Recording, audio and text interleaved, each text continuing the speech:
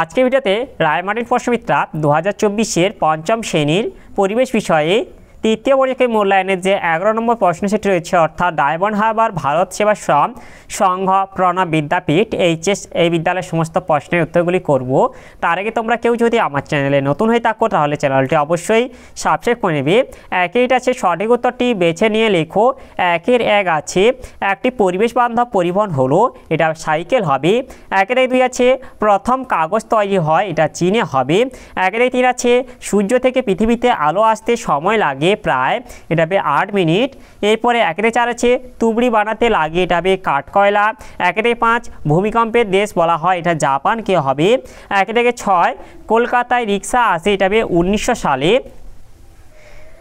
2 থেকে আছে শূন্যস্থান পূরণ করো যে কোনো 5টি। 2 থেকে 1 আছে জলবিদ্যুৎ কেন্দ্রে মস্ত পাখার মতো যন্ত্রটিকে, এটা হবে টারবাইন বলে হবে। এরপর 2 থেকে 2 হচ্ছে এটা হবে 18 বছরের কমে মেয়েদের বিয়ে দেওয়া দণ্ডনীয় অপরাধ। 2 থেকে 3 হবে বিশ্ব বয়স্ক দিবস হলো 1 অক্টোবর। 2 থেকে 4 পৃথিবীর দ্বিতীয় নিকটতম নক্ষত্র হলো, এটা হবে প্রক্সিমা সেন্টাউরি। 2 থেকে 5 স্বাধীন ভারতের সংবিধান রচনা করেছিলেন, এটা হবে ডক্টর বি.আর. আম্বেদকর। এরপরে 2 থেকে 6 যেটা আছে সিগন্যালের রং, এটা হবে সবুজ হলে হেঁটে পার হতে হয়। এরপরে 3 থেকে আছে সম্পর্ক গড়ো যে কোনো দুটি। 3 থেকে 1 আছে কাগজ চীন, এটা হবে তালপাতার পুঁথি হবে, এটা ভারত হবে।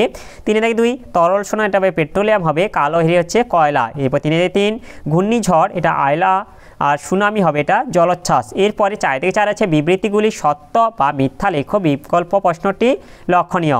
4 থেকে 1 আছে হুইয়া হলো একটি, এটা মাছ, এটা মিথ্যা হবে। এরপরে 4 থেকে 2 যেটা আছে সৌরবিদ্যুৎ একটি অপ্রচলিত শক্তি, এটা সত্য হবে। এরপরে 4 থেকে 3 আছে বেমানান শব্দটি খুঁজে বের করো, এটা হবে পানসি হবে। এরপরে অথবা এটা আছে, এটা হবে বৃহস্পতি হবে। এরপরে 5 থেকে আছে বামস্তম্ভের সঙ্গে ডানস্তম্ভ মেলাও। বামস্তম্ভ 5 থেকে 1 আছে 2004 সাল, এটা হবে সুনামি হবে। 5 থেকে 2 2009 সাল, এটা হবে আয়লা হবে। 5 থেকে 3 1853, এটা হবে যাত্রী নিয়ে প্রথম ট্রেন চালু। এরপরে 5 থেকে 4 যেটা আছে 1854, এটা হবে হাওড়া থেকে হুগলি পর্যন্ত ট্রেন চালু। এরপরে 6 থেকে আছে নিচের প্রশ্নগুলির পূর্ণ বাক্যে উত্তর দাও যে কোনো 5টি। 6 থেকে 1 আছে ছোট গির্জাকে কি বলে, ছোট গির্জাকে চার্চ বলে। 6 থেকে 2 গৌণ জোয়ারের কত সময় পরে মুখ্য জোয়ার হয়, গৌণ জোয়ারের 12 ঘন্টা 26 মিনিট পর মুখ্য জোয়ার হয়। 6 থেকে 3 বনে থাকে বাঘ কার লেখা, এটা হবে রবীন্দ্রনাথ ঠাকুরের লেখা। 6 থেকে 4 ডিবিসি এর পুরো নাম কি, ডিবিসি এর পুরো নাম হলো দামোদর ভ্যালি কর্পোরেশন। 6 থেকে 5 জেলিসিসিতে সরকারি কি ছাপ থাকে, জেলিসিসিতে সরকারি এফপিও ছাপ থাকে। 6 থেকে 6 পশ্চিমবঙ্গের প্রধান খনিজ সম্পদ কি, পশ্চিমবঙ্গের প্রধান খনিজ সম্পদ হলো কয়লা। 6 থেকে 7 ঘুনি কি কাজে লাগে, ঘুনি মাছ ধরার কাজে লাগে। 6 থেকে 8 পথের পাঁচালী বইটি কার লেখা, পথের পাঁচালী বইটি বিভূতিভূষণ বন্দ্যোপাধ্যায়ের লেখা। এরপর আছে 7 দাগে নিচের প্রশ্নগুলির সংক্ষিপ্ত উত্তর দাও যে কোনো 5টি। 7 থেকে 1 আছে সরু লাইনের ওপর ট্রেন যেতে যেতে লাইন থেকে পড়ে যায় না কেন, এর উত্তরটি হলো ট্রেনের দুদিকে চাকার ভিতর দিকে খাঁজ থাকে, তাই চাকাগুলি কোনো দিকেই লাইন থেকে সরতে পারে না, ফলে ট্রেন লাইন থেকে পড়ে যায় না। এরপরে 7 থেকে 2 যেটা আছে হরপাবান কাকে বলে, এর উত্তরটি হলো পার্বত্য অঞ্চলের নদীগুলি নুড়ি পাথর জমি অগভীর হয়ে গেছে, ফলে হঠাৎ প্রচুর বৃষ্টি হলে নদী অত জল বয়ে নিয়ে যেতে পারে না, তখন নদীর 2 কূল ছাপিয়ে বিশাল জলপ্রবাহ সব কিছু ধুয়ে নিয়ে নিচের দিকে নামতে থাকে, একে হরপাবান বলে। এরপরে 7 থেকে 3 আছে সমাজভিত্তিক বন কাকে বলে, এর উত্তরটি হলো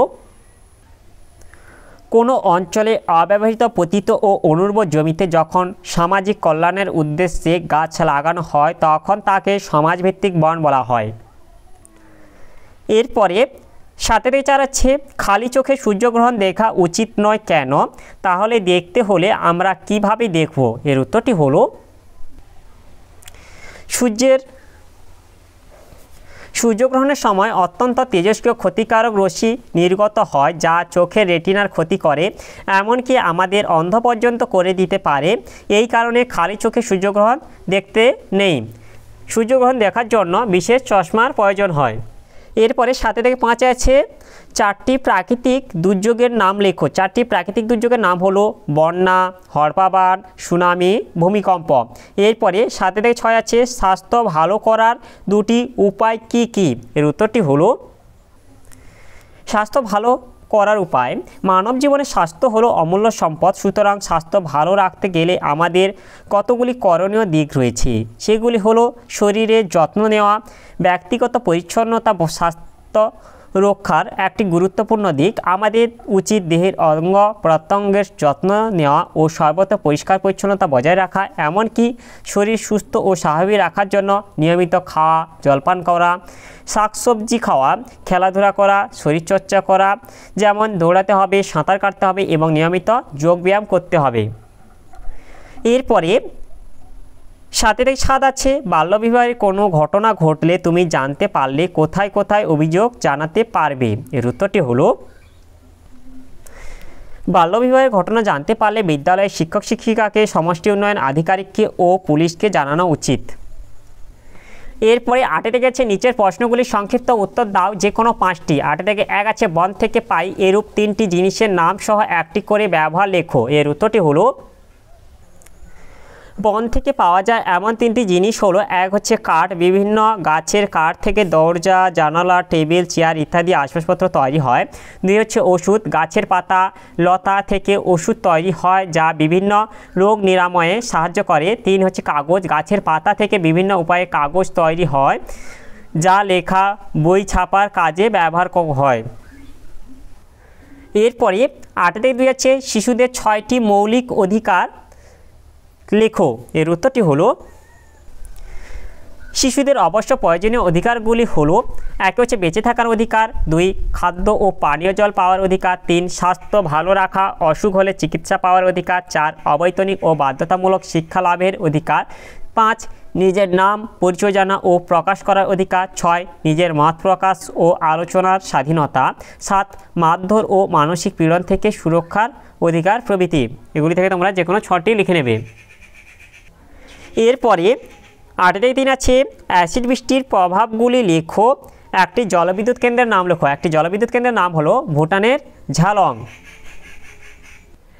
অ্যাসিড বৃষ্টির প্রভাব হচ্ছে 1টা মানুষের ত্বকের রোগ দেখা দেয়, 2 চুনাপাথর বা মার্বেল দিয়ে তৈরি সৌধ বা স্থাপত্যের ক্ষয় হয়, উজ্জ্বলতা হ্রাস পায়, স্টোন ক্যান্সার দেখা যায়। এরপর 3 যেটা আছে গাছের পাতা কালো হয়ে যায় যার ফলে অঙ্কুরোদ্গম ব্যাহত হয়, 4 মাটির উর্বরতা হ্রাস পায়, 5 পুকুর হ্রদের জল আম্লিক হয়ে জলজ প্রাণী মারা যায়।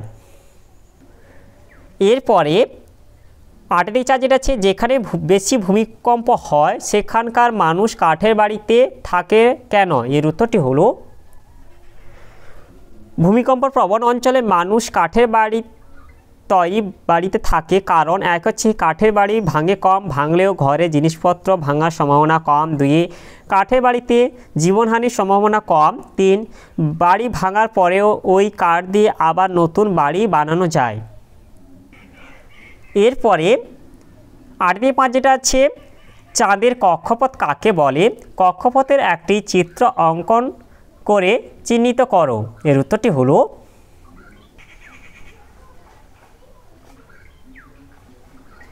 চাঁদের কক্ষপথ যে উপবৃত্তাকার পথ ধরে চাঁদ পৃথিবীর চারিদিকে ঘুরতে থাকে তাকেই চাঁদের কক্ষপথ বলে। এই তোমাদের যে কক্ষপথের একটা চিত্র দেওয়া আছে, যেমন হচ্ছে সূর্যকে কেন্দ্র করে যে পৃথিবী যে কক্ষপথে ঘুরছে একটা উপবৃত্তাকার কক্ষপথ, বা পৃথিবীকে কেন্দ্র করে হচ্ছে চাঁদ তার কক্ষপথে প্রদক্ষিণ করছে।